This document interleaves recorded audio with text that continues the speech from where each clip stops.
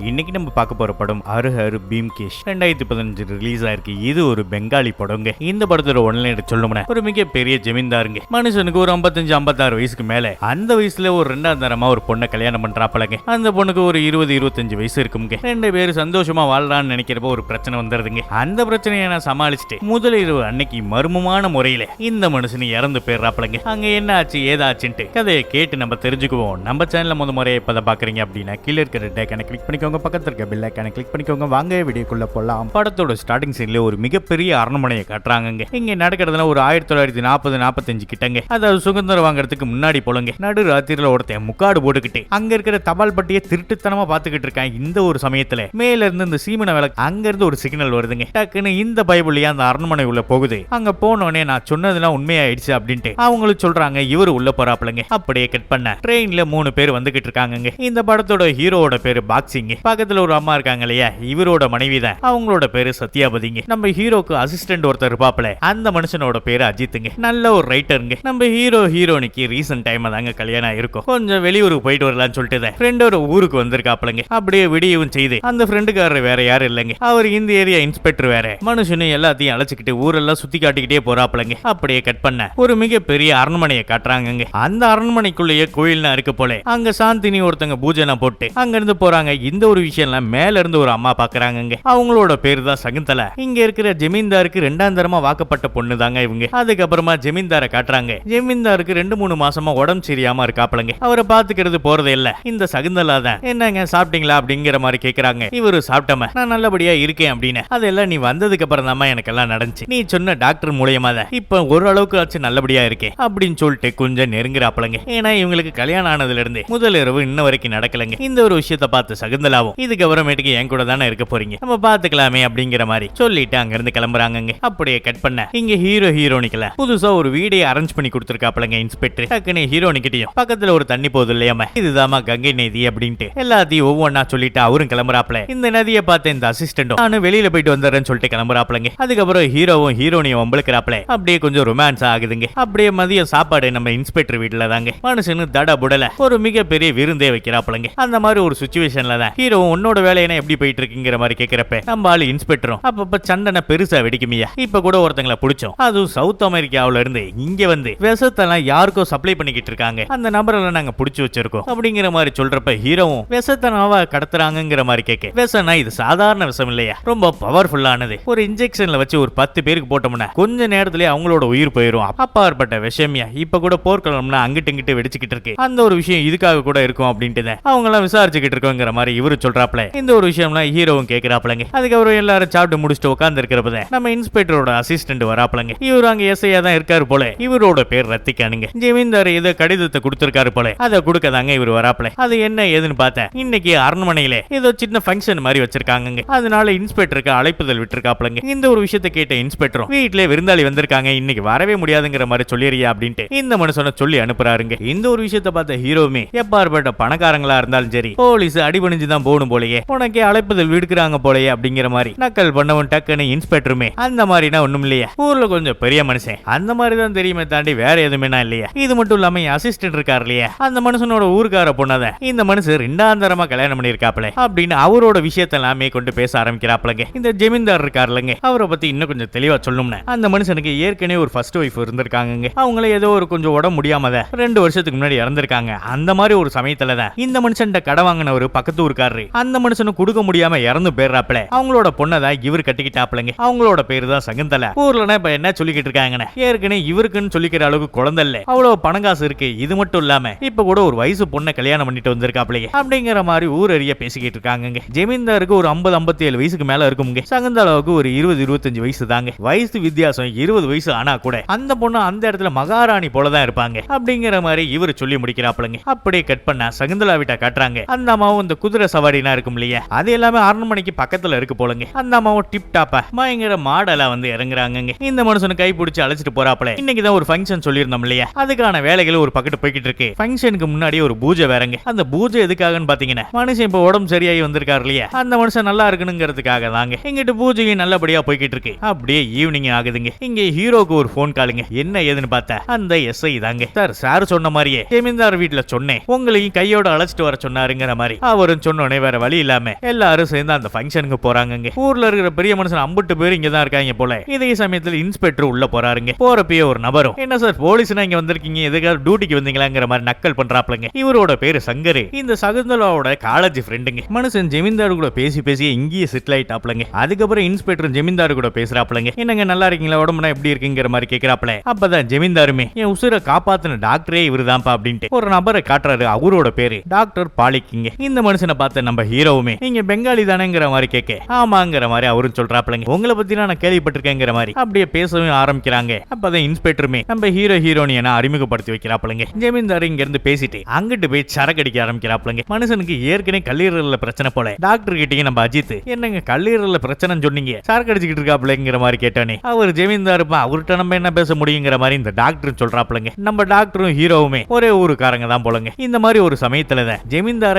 ஏற்கனவே ஒரு டாக்டர் பார்த்திருப்பார் இல்லையா, அவரு பேரு பிரகாசங்க. அந்த மனுஷன் ஜமீன்தார முன்னாடி நல்லபடியா பாத்துக்கிட்ட டாக்டருங்க. இந்த மனுஷனால சரி பண்ண முடியாதனாலதான் வேற ஒரு டாக்டர், அதாவது நம்ம பாலிக்கு அழைச்சிட்டு வந்திருப்பாங்க. இந்த மனுஷன் என்ன சொல்றாப்லீங்க, ஐயா என்னாலுமே அந்த ஒரு விஷயத்தை சரி பண்ணி இருக்க முடியும், நீங்க தான் கடைசி நேரத்துல வேற ஒரு டாக்டரை பாத்துக்கலாம் அப்படிங்கிற மாதிரி சொல்லிட்டீங்க. அது மட்டும் இல்லாம அவங்க பெங்காலிங்க, அவங்களால நம்பிராதீங்க போயிடாதீங்க அப்படின்ட்டு ரொம்ப பேசுறது அங்கிட்டு ஹீரோவும் கேட்கிறாப்லங்க. ஹீரோவும் முறைச்சு பார்க்க டக்குன்னு இந்த மனுஷனை கிளம்பிடுறாப்லங்க. ஜமீன்தாரும் மன்னிச்சுக்கப்பா, அவர் தெரியாம பேசிட்டாருங்கிற மாதிரி சொல்லிக்கிட்டு இருக்காப்ல. ஏன்னா ஹீரோவும் பெங்காலி தான் போலங்க. அதுக்கப்புறம் ஜமீன்தாரோட ஒரு மாமா பையன் அந்த மனுஷனோட காசுலயே சரக்கு அடிச்சு விட்டு அந்த ஆளையே பேசிக்கிட்டு இருக்காப்லங்க. இந்த மாதிரி ஒரு சமயத்துல ஹீரோனிய வீட்டை சுத்தி பார்த்துக்கிட்டு இருக்காங்க. வீடு முழுக்க பல ஓவியங்கள் இருக்கு. அதெல்லாம் யாரு வடிவமைச்சதுன்னு இந்த சகுந்தலா தாங்க. இந்த மாதிரி ஒரு சமயத்துல சகுந்தலாவும் அங்கிருந்து வராங்க. எல்லாத்துக்கும் வணக்கம் வச்சுட்டு இவங்களும் பேச ஆரம்பிக்கிறாங்க. அப்பதான் ஹீரோனியும் பாக்குறாங்க. அவங்களுக்கு ஒரு கிஃப்டும் கொடுக்கறாங்க. இப்ப எல்லாரும் சந்தோஷமா பேசிக்கிட்டு இருக்கிற சமயத்துல தான் அங்கிட்டு பாலிக்னு ஒரு டாக்டர் சொன்னோம் இல்லையா, அவரோட கிளினிக்ல யாரோ ஒருத்தர் அந்த மருந்து மாத்திரை எல்லாத்தையும் திருடிட்டு போறாங்க. இந்த ஒரு விஷயத்துல நம்ம ஆளு எஸ்ஐயும் வந்து இன்ஸ்பெக்டர் கிட்ட சொல்ல அந்த மனுஷனும் பாதறிக்கிட்டு அங்க போறாப்லங்க. போறப்பதான் ஹீரோவும் நானும் அங்க வரட்டுமாங்கிற மாதிரி கேட்க, அது ஒண்ணு இல்ல சின்ன விஷயமா தான் இருக்கும், நீங்க வீட்டுக்கு போங்க அப்படின்னு சொல்லி 3 பேத்தையும் வீட்டுக்கு அனுப்பி வைக்கிறாப்லங்க. இவங்களும் நடந்து போயிட்டு இருக்கிறப்ப ஒரு சந்தோரமா இந்த பிரகாசம் சொன்னோம் இல்லையா ஒரு டாக்டர், அந்த மனுஷன் ஒரு வயசான ஒரு நபர்கிட்ட இந்த காசை வச்சுக்கன்னு சொல்லிட்டு கொடுக்குற மாதிரி இருக்குங்க. இந்த ஒரு விஷயத்தெல்லாம் ஹீரோவும் தூரத்துல இருந்து பாக்குறாப்ல. அந்த மனுஷனுக்கு ஏதோ ஒரு சந்தேகம் ஏற்பட ஆரம்பிக்குதுங்க. அப்படியே அடுத்த நாள் காலையில ஒரு போன் காலுங்க. இந்த மனுஷனும் பதறிக்கிட்டு ஜமீன்தார் வீட்டுக்கு தான் போறாப்ல. என்ன ஏதுன்னு பார்த்தாங்க, மனுஷன் இறந்து போய் கிடக்காப்லங்க. அந்த ஸ்பாட்ல நம்ம டாக்டர் பாலிக்கு இருக்காப்ல. அவர்கிட்ட என்ன ஏதுங்கிற மாதிரி கேட்கிறப்பதான் அப்படியே ஒரு பிளாஷ்பேக் போகுதுங்க. மனுஷனுக்கு சனி நேரம்னா ஊசி போடுறது வழக்கம் தான் போல. அதே மாதிரி தாங்க டாக்டர் ஊசி போட்டிருக்காப்ல. இது மட்டும் இல்லாம ஜமீன்தாருக்கு இன்னைக்குதான் முதலிரவு கூடங்க. மனுஷனும் ரொம்ப சந்தோஷமா இருக்காப்ல. இதே சமயத்துல டாக்டர் ஊசி போட்டு அடுத்த ஒரு 5 நிமிஷத்திலேயே மனுஷன் துடிச்சு இறந்து போறாப்ல. இந்த ஒரு விஷயமும் டாக்டருக்கும் புரியலங்க. ஏன்னா இந்த மாதிரி இன்ஜெக்ஷன் தான் நேத்தி ஒருத்தருக்கு உடம்பு முடியலன்னு போட்டிருக்காப்ல. ஆனா இது மட்டும் எப்படி ஆச்சுங்கிற மாதிரி யோசிச்சுக்கிட்டு இருக்காப்லங்க. இதே சமயத்துல நம்ம ஹீரோவுமே இந்த இன்ஸ்பெக்டர் ஸ்டார்டிங்ல சொல்லிருப்பாருலங்க ஒரு விஷ மருந்த பத்தி, ஒரு வேளை ஏன் அந்த மாதிரி இது இருக்க கூடாதுங்கிற மாதிரி எல்லாருக்கும் பல யோசனைகள்ங்க. எல்லாத்தையும் லேபுக்கு அனுப்பிவிட்டு செக் பண்ண சொல்றாங்க. மேற்கொண்டு பாடியையும் மார்ச்சரிக்கு அனுப்ப சொல்றாங்க. இங்க இருக்கிறவங்களுக்கு எல்லாத்துக்குமே இந்த டாக்டர் மேல சந்தேகமே இல்லைங்க. ஏன் எதுக்குன்னு பாத்தீங்கன்னா நேத்தி தான் அவரோட கிளினிக்ல யாரோ வந்தாங்கன்னு சொல்லிட்டு இங்க இருக்கிறவங்களுக்கு தெரியும் இல்லையா, ஒருவேளை அந்த நபர் தான் இந்த வேலையை பார்த்தானான்னு கூட புரியலங்க. அதனால டாக்டரை எந்த ஒரு விதத்திலையும் இவங்க விசாரிக்கல. அதுக்கப்புறம் இந்த ஒரு விஷயம் இல்ல, சகுந்தலாவுக்கு தெரியுமா தெரியலையான்னு தெரியல சார், இந்த அவங்களோட டாக்டர்கிட்ட விசாரிச்சுட்டு வரேன் அப்படின்ட்டு அவங்களோட டாக்டர்கிட்ட கேட்க அந்த டாக்டர் அம்மாவும் என்ன சொல்றாங்கன்னா, சகுந்தலா கர்ப்பமா இருக்காங்க, அதனாலதான் மயக்கம் வந்ததால நான் வந்தேன் அப்படிங்கிற மாதிரி சொல்ல இந்த டாக்டருக்கு தூக்கி வாரி போடுதுங்க. என்னது கர்ப்பமா இருக்காங்களாங்கிற மாதிரி இவரு அப்செட் ஆகுறாப்லங்க. ஏன் எதுக்குன்னு தெரியலங்க. அதுக்கப்புறம் இவரு சொல்லிட்டு கிளம்புறாப்ல. இவரு போன அடுத்த நிமிஷமே இதுக்கு முன்னாடி டாக்டரா இருந்தார் இல்லையா அந்த மனுஷன் இங்க வராப்லங்க. இங்க இருக்கிற இன்ஸ்பெக்டர் என்னங்க இங்க வந்திருக்கீங்கிற மாதிரி கேட்க, இல்ல சார் நான் உனக்கு கேள்விப்பட்டேன் அதான் வந்தங்கிற மாதிரி சொல்ல டக்குன்னு ஹீரோவுமே எதுவுமே தெரியாம தான் இங்க வந்திருக்கீங்களாங்கிற மாதிரி இவரும் கேட்கிறாப்லங்க. ஏன்னா ஹீரோக்கு ஏற்கனவே இவர் மேல சந்தேகம், இந்த மனுஷன் எப்படி இந்த தகவல் தெரிஞ்சு உடனே வந்தாருன்ட்டு மேற்கொண்டு சந்தேகம் இன்க்ரீஸ் ஆகுதுங்க. இந்த டாக்டர் கிளம்புறாப்ல. டக்குன்னு ஹீரோவுமே இந்த ஒரு விஷயத்துல இன்ஸ்பெக்டர் எஸ்ஐ கிட்ட சொல்ல எஸ்ஐ என்ன சொல்றாப்லீங்க, அந்த மனுஷன் இந்த அளவுக்கு நான் பண்ணிருக்க மாட்டா சார், அவருக்கு அந்த தைரியம் தான் இல்லங்கிற மாதிரி சொல்றாப்ல. நம்ம ஹீரோ வேற என்னவா இருக்குங்கிற மாதிரி கேட்க டக்குன்னு இந்த எஸ்ஐயுமே ஜமீன்தாரோட சொத்தனை ஆள்றதுக்கு எந்த வாரிசுமே இல்ல சார், ஆனா இவருக்குன்னு ஒரு மாமா பையன் இருக்கான், அவன் எப்ப பார்த்தாலும் குடின்னு தான் இருப்பான், அவனும் பண்ணிருக்க வாய்ப்பு இல்ல, ஒருவேளை அவங்களோட மனைவி சொத்துக்கு ஆசைப்பட்டு இது பண்ணிருக்கலாமோங்கிற மாதிரி இவரும் சொல்றாப்ல. இந்த மாதிரி பல யோசனைகள் இவங்களுக்குள்ளேயே ஓடிக்கிட்டு இருக்குங்க. அதுக்கப்புறமா முதல்ல விசாரிக்கிறதுக்கு டாக்டரோட கிளினிக்கே போயிடலாம்னு சொல்லிட்டு இந்த இன்ஸ்பெக்டர் அங்க போறாப்லங்க. அப்படி போறப்பதான் நேத்து நைட்டு பிரகாசம் ஒரு நபர்கிட்ட காசு கொடுத்துக்கிட்டு இருந்தார் இல்லையா, அந்த வயசான நபர் இவரு தாங்க. இத பார்த்த ஹீரோக்கு இன்னுமே பயங்கர சந்தேகம் ஏற்படுதுங்க. அந்த மனுஷன் இங்கதான் வேலை செய்யறாரு போல. அதனால ஹீரோவை விசாரிக்க ஆரம்பிக்கிறாருங்க. என்ன ஏதுன்னு கேட்கிறப்பதான் அந்த மனுஷனுக்கு போலீஸ்காரங்களை பார்த்தோன்னே பயம் வந்துருதுங்க. ஐயா நீங்க சொல்ற மாதிரினா நம்ம மருந்தனை மாத்தி வைக்கல, அவர் ரொம்ப நாளா எங்களுக்கு பழக்கம் தான், அவர் என்ன சொன்னார்னா இதுக்கப்புறமேட்டுக்கு உங்க டாக்டர் இந்த அரண்மனைக்கு வரக்கூடாது, அதுக்கு என்ன என்ன வேலை பண்ணணுமே நீ பண்ணுங்கிற மாதிரி தான் காசு கொடுத்தாரு. அந்த காசை கூட நான் வாங்கல ஐயா, இதுதான் அவருக்கு எனக்கு நடந்ததுங்கிற மாதிரி சொல்றாப்ல. அப்படியே கட் பண்ண அரண்மனையில இந்த சடங்கு சம்பிரதாயம் போய்கிட்டு இருக்குங்க. அதுக்கப்புறமா ஹீரோவுமே அரண்மனையோட பின்வாசல் வழியா போறாப்ல. அப்படி போறப்பதான் அங்க ஒரு காவலர் இருக்காப்லங்க. அந்த மனுஷன் பயங்கரமா தூங்கிட்டு இருக்காப்ல. ஏன்னா இத்தனை பேர் உள்ள போறாங்க, அதை கூட கண்டுக்காம மனுஷன் பகல்லே ஆழ்ந்த உறக்கத்துக்கு போயிடுறாப்லங்க. இன்ஸ்பெக்டர் ஹீரோ கிட்ட என்ன கேக்குறாப்லன்னா, எதுக்குப்பா இங்க வந்தங்கிற மாதிரி கேட்க, இல்ல ஒருவேளை கொலகாரன் இந்த வழியா வந்துட்டு ஊசி போட்டு கூட போயிருக்கலாம்ல, எப்படியா வேணா இருக்கலாம்ல அப்படின்ட்டு அந்த காவலர் கிட்ட விசாரிக்கிறாப்ல. அது என்ன ஏதுன்னு, எப்போதுமே இந்த வாசப்படி பூட்டி இருக்குமா இல்ல திறந்தே இருக்குமாங்கிற மாதிரி கேட்க, அந்த மனுஷனும் எப்போதுமே சாத்தி தான் சார் இருக்கும், அதான் நானும் இங்க இருக்கல சார், யாரு வந்தாலும் எனக்கு தெரிஞ்சிருங்கிற மாதிரி சொல்ல, உன்னோட லட்சணத்தை பத்தி நாங்களே இப்ப பாத்துட்டோம், உன்னை எக்காரணம் கொண்டு நம்ப கூடாதியாங்கிற மாதிரி நக்கல் பண்றாப்லங்க. அதுக்கப்புறம் உள்ள போய் செக் பண்ணிட்டு வெளில வரப்ப இந்த போஸ்ட்மார்ட்டம் ரிப்போர்ட் வருதுங்க. அதெல்லாம் படிச்சு பாக்குறப்ப அந்த இன்ஸ்பெக்டர் சொன்னார்லயே ஒரு விஷம், அந்த விஷம் தாங்க ஊசி மூலியமா அவர் உடம்புல ஏத்தப்பட்டதுங்கிற மாதிரி வந்துருதுங்க. இதே சமயத்துல சங்கர்னு ஒருத்தர் சொல்லிருப்போம் இல்லங்க, இந்த சகுந்தலாவோட ஃப்ரெண்டு, அந்த நபர் அரண்மனை கிட்ட வந்துடுறாப்ல. என்னங்க எங்க ஜமீன்தாருக்கு இந்த மாதிரி ஆயிடுச்சா, நான் என் சகுந்தலாவை பார்த்தே ஆகணுங்கிற மாதிரி அவனும் சொல்ல, டக்குன்னு எஸ்ஐயுமே இந்த கேஸ் முடியற வரைக்கும் உள்ள யாரையும் அலோ பண்ண மாட்டோங்கிற மாதிரி அந்த மனுஷனையும் சொல்லி அனுப்புறாப்லங்க. இந்த மாதிரி ஒரு சமயத்துல இந்த அரண்மனைக்கே ஒரு கணக்கு பிள்ளை இருப்பாப்லங்க. அந்த மனுஷனை விசாரிச்சு பாப்போம்னு சொல்லிட்டு விசாரிக்கிறப்ப அந்த மனுஷனும் என்ன சொல்றாப்லீனா, எனக்கு என்னமோ சார் இந்த டாக்டர் பாலி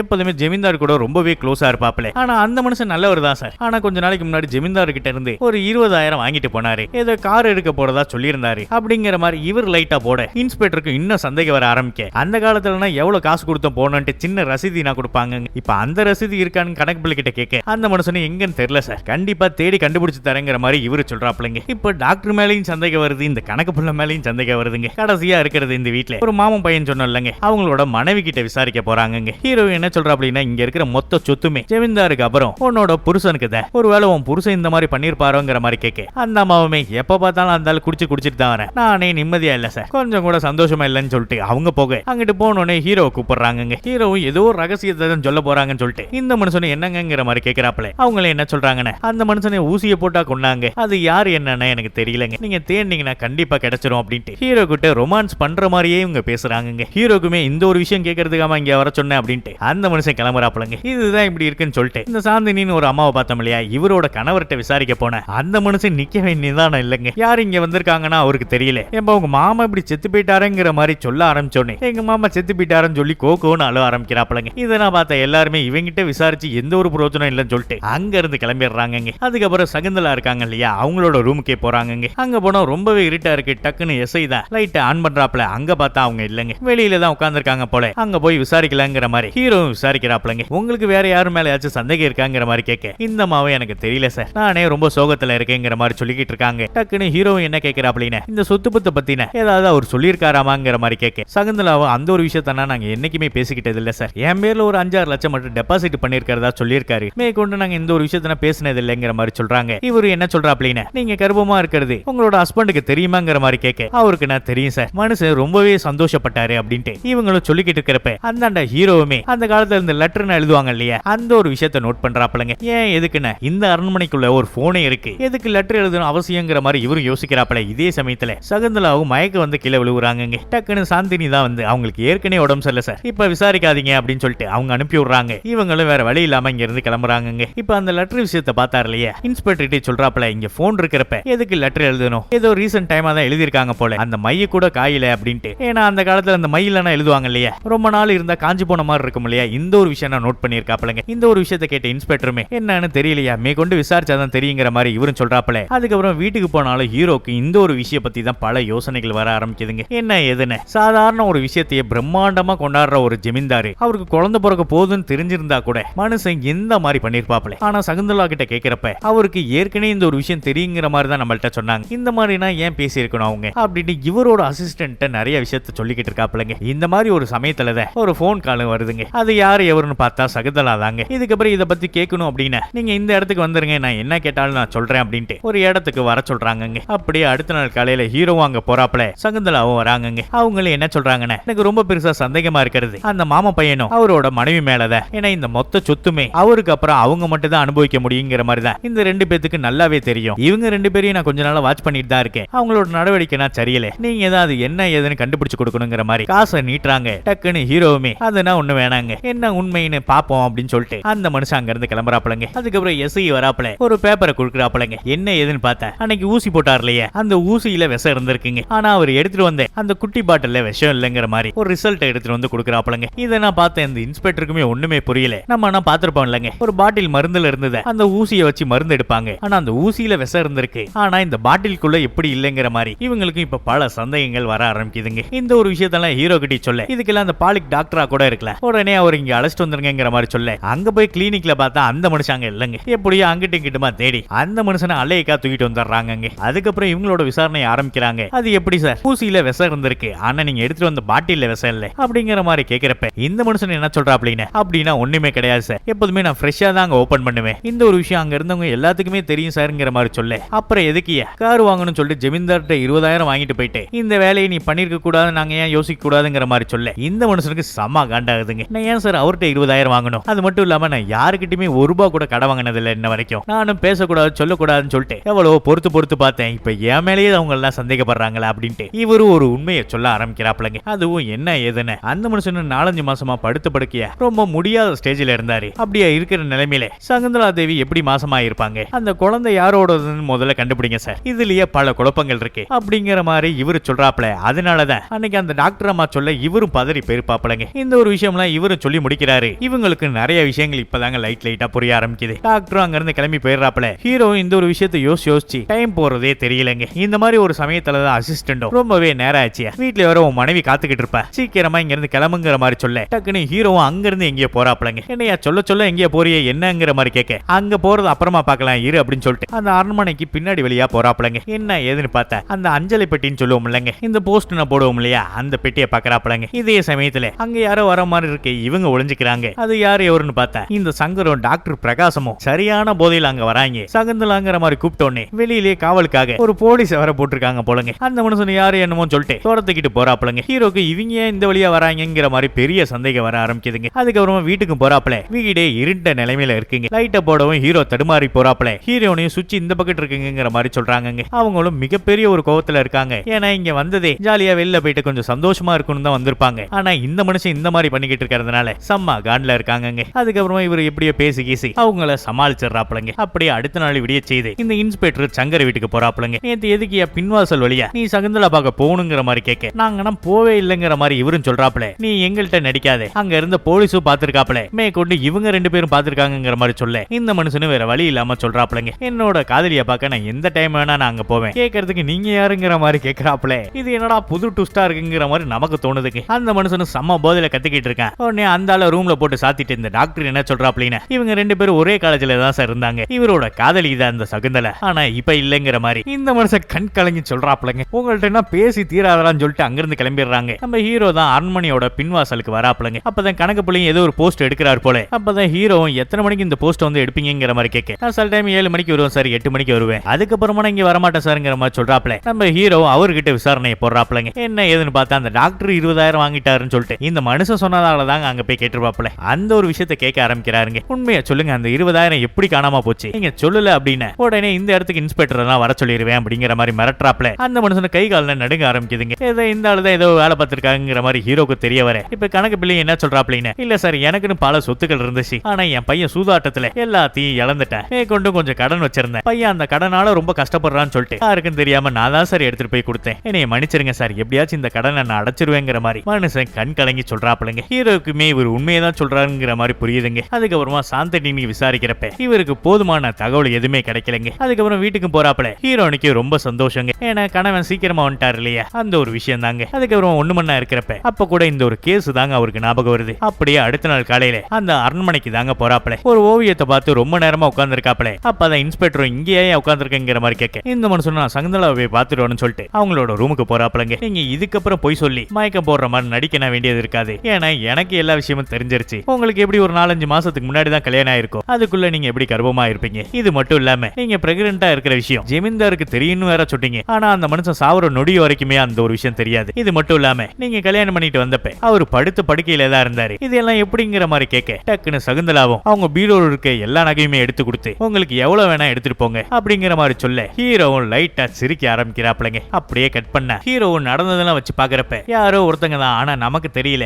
நம்ம ஓரளவு கண்டுபிடிச்சிட்டோம், இன்னும் கொஞ்சம் தான் அப்படின்ட்டு அந்த இன்ஸ்பெக்டர் எஸ் கிட்டையும் சொல்லிக்கிட்டு இருக்காப்லங்க. அப்படியே அன்னைக்கு நைட்டு வீட்டுல இருக்கிற டாக்டர் அம்மாவும் 7-8 மணிக்கு மேல கிளம்பிடுவாங்க போல. அவங்க கிளம்பின பிறகு ஹீரோ இன்ஸ்பெக்டர் அழைச்சிட்டு வந்து நீங்க எங்கிட்ட ஒளிஞ்சுக்கோங்க, நான் அங்கிட்ட ஒளிஞ்சுக்கிறேன் ஒளிஞ்சுக்கிறேன், இங்க என்ன நடக்குதுன்னு பார்க்கலாம் அப்படின்னு சொல்லிட்டு 2 பேரும் ஒளிஞ்சுக்கிட்டு இருக்கிறப்ப அங்க இருந்து சகுந்தலாவும் ஒரு லெட்டர் எடுத்துக்கிட்டு வராங்க. அந்த போஸ்ட் பெட்டியில போடுறப்ப யாரோ ஒரு நபர் சகுந்தலாவை சுட்டுறாங்க. சுட்டுட்டு அந்த நபர் பயங்கரமா ஓட ஹீரோவும் பின்னாடியே ஃபாலோ பண்ணிட்டு போறாப்லங்க. யாரு எவருன்னு பாக்குறப்ப அந்த நபரும் ஹீரோட நெத்தி முனையில கண்ணை வச்சு நிக்கிறப்ப டக்குன்னு அந்த நபரை ஒருத்தர் ஷூட் பண்றாருங்க. அது யாரு எவருன்னு பார்த்தா இன்ஸ்பெக்டர் தான். அந்த நபர் குப்புருக்க விழுந்திருப்பாப்ல. அது யாரு எவருன்னு பார்த்தா இன்ன வரைக்கும் கூடயே இருந்து எல்லா விஷயத்தையும் தெரிஞ்சுக்கிட்டேன் இந்த இன்ஸ்பெக்டரோட அசிஸ்டன்ட் இந்த எஸ்ஐ தாங்க. இந்த ஒரு விஷயம் தான் பார்த்து எல்லாருமே மிரண்டு போயிடுறாங்க. இந்த ஆளு எதுக்கு அவங்கள ஷூட் பண்ணிட்டு இந்த லெட்டர் மட்டும் எடுத்து வந்திருப்பாருன்னு லெட்டர் ஓபன் பண்ணி பார்த்தா அதுல ஓகேங்கிற மாதிரி எழுதி இருக்குங்க. ரைட்டுங்க, எல்லா விஷயத்துக்குமே இவரு தான் காரணங்கிற மாதிரி புரிஞ்சிருது. மேற்கொண்டு அரண்மனையில இருக்கிறவங்க எல்லாத்தையும் கூப்பிட்டு நம்ம ஹீரோ தான் என்ன நடந்துன்னு சொல்ல ஆரம்பிக்கிறாப்லங்க. இந்த மனுஷனை எப்படி கண்டுபிடிச்சிருப்பாரு அப்படின்னு சகுந்தலாவோட ரூமுக்கு வந்த உடனே லைட் எரியாம இருந்திருக்கும் இல்லையாங்க, எஸ்ஐ தான் கரெக்டா சுவிட்ச் போட்டிருப்பாப்லங்க. இந்த ஒரு விஷயம் எப்படி இவருக்கு புரிஞ்சிருக்கும் அப்படின்னு அன்னைக்கு நைட்டு இவரு வீட்டுக்கு வந்திருப்பாப்ல. சுவிட்ச் போடுறப்ப கொஞ்சம் தடுமாறி இருப்பாருங்க. அப்பதான் ஹீரோனி இந்த பக்கெட் சுவிட்ச் இருக்குங்கிற மாதிரி சொல்லிருப்பாங்க. அப்பதான் யோசிச்சிருப்பாருங்க, நம்மளே இத்தனை நாள் இந்த வீட்டுல இருக்கோம், நமக்கு இந்த சுவிட்ச் சரியா தெரியல, எப்படி அந்த எஸ்ஐ கரெக்டா சுவிட்ச் போட்டிருப்பாருங்கிற மாதிரி ஒரு விஷயம் தோண ஆரம்பிச்சிருக்குங்க. அப்போ அடிக்கடி இங்க வந்து போறவனுக்கு தான் கரெக்டா இந்த சுவிட்ச் எங்க இருக்குன்னு தெரியும் இல்லையா, அந்த ஒரு விஷயம் ஹீரோக்கும் புரிஞ்சிருதுங்க. இது மட்டும் இல்லாம ஜெமீன்தார் ஒரு ஃபங்க்ஷன் வச்சிருந்தார் இல்லையா, அப்ப கூட எஸ்ஐயுமே சகுந்தலாவுமே ரொம்ப நாள் பழகுனவங்க மாதிரி தாங்க பேசியிருப்பாங்க. இந்த ஒரு விஷயம்னா ஹீரோ எப்பயோ பார்த்திருப்பாப்ல. ஆனா இந்த விசாரிக்கும் போது இந்த ஒரு விஷயம் அடிக்கடி அவரோட கண்ணு முன்னாடி வந்துட்டு போயிருக்குங்க. இது மட்டும் இல்லாம இந்த ஸ்டார்டிங் சீன்ல ஒரு நபர் இந்த பின்வாசல் வழியா வந்திருப்பார் இல்லையா, அது கூட இந்த எஸ்ஐ தாங்க. இந்த மனுஷன் வந்தது பிறகுதான் சகுந்தலாவும் அங்க மேல லைட்டை காமிச்சிருப்பாங்க. அதுக்கப்புறம் தான் இவரும் அந்த பின்வாசல் வழியா போயிருப்பாருங்க. சகுந்தலா கர்ப்பமா இருக்கிறது கூட இந்த எஸ்ஐயால தாங்க. இது மட்டும் இல்லாம இந்த விஷ மருந்து ஊசியில இருந்திருக்கும், ஆனா கொண்டு வந்த பாட்டில இருந்திருக்காது இல்லையா, அது எல்லாம் மாத்தினதும் இந்த எஸ்ஐ தாங்க. ஏன்னா இந்த கேஸ் ஒண்ணு இல்லாம ஆக்கிறதுக்கு தான் இவர் போட்ட ஒரு பிளான். அது மட்டும் இல்லாம அன்னைக்கு டாக்டரோட கிளினிக்ல யாரோ ஒரு திருடம் பூந்துட்டாங்கிற மாதிரி இந்த மனுஷன் தாங்க வந்து சொல்லிருப்பாப்ல. அதுக்கு இவர் தான் காரணம். இப்பதான் இன்ஸ்பெக்டருமே அந்த லெட்டர்ல ஓகேன்னு இருந்துச்சு, அதுக்கு என்னையா காரணங்கிற மாதிரி கேட்க இவரும் மேற்கொண்டு சொல்றாப்லங்க, நேத்து சகுந்தலா கூட பேசியிருப்பாருலங்க, அப்ப உங்களுக்கு 2-3 லட்சம் தரேன், இந்த ஒரு விஷயம் யாருக்கும் தெரியாம இப்படியே விட்டுருங்கிற மாதிரி தான் சொல்லியிருப்பாங்க. இந்த மனுஷனுமே அப்படியே இருந்தா எனக்கு ஒரு 6-7 லட்சம் வேணுங்கிற மாதிரி சொல்லியிருப்பாப்ல. சகுந்தலாவும் கொஞ்சம் யோசிச்சா கூட சரின்னு சொல்லியிருப்பாங்க. இந்த ஒரு விஷயம் உங்களுக்கு ஓகேன்னு இன்னைக்கு நைட்டு ஒரு 10-11 மணிக்கு மேல ஒரு லெட்டர்ல ஓகேன்னு சொல்லிட்டு எடுத்துட்டு வந்துருங்கிற மாதிரி இவரு சொல்லியிருப்பாருங்க. இந்த ஒரு விஷயம் ஏன் பண்ணாருன்னு, ஏன்னா அந்த எஸ்ஐ மேல முன்னாடியில இருந்து டவுட்ல தான் இருந்திருப்பாப்ல. இந்த ஒரு விஷயம் சரியா தப்பான்னு தெரிஞ்சுக்கிறதுக்கு தான் இந்த மாதிரி பண்ணிருப்பாருங்க. அதனாலதான் கடைசி நேரத்துல கூட அன்னைக்கு நைட்டு அரண்மனைக்கு போறப்ப இந்த இன்ஸ்பெக்டர் கூட்டிருப்பாப்ல, ஆனா எஸ்ஐ கூப்பிட்டு மாட்டாருங்க. அப்பாற்பட்ட கேஸ கூட இந்த மனுஷன் அசால்ட்டா முடிச்சுட்டு அங்க இருந்து கிளம்புறாப்லங்க. இதோட இந்த படமும் முடியுது. இந்த வீடியோ எப்படின்னு சொல்லிட்டு கீழே இருக்கிற கமெண்ட் பாக்ஸ்ல மறந்துடாம கமெண்ட் பண்ணுங்க. இந்த வீடியோ இதோட முடிச்சுக்கிறேன். அடுத்த ஒரு வீடியோ ஒரு நல்ல கதைகளத்தோட சந்திப்போம். Bye bye.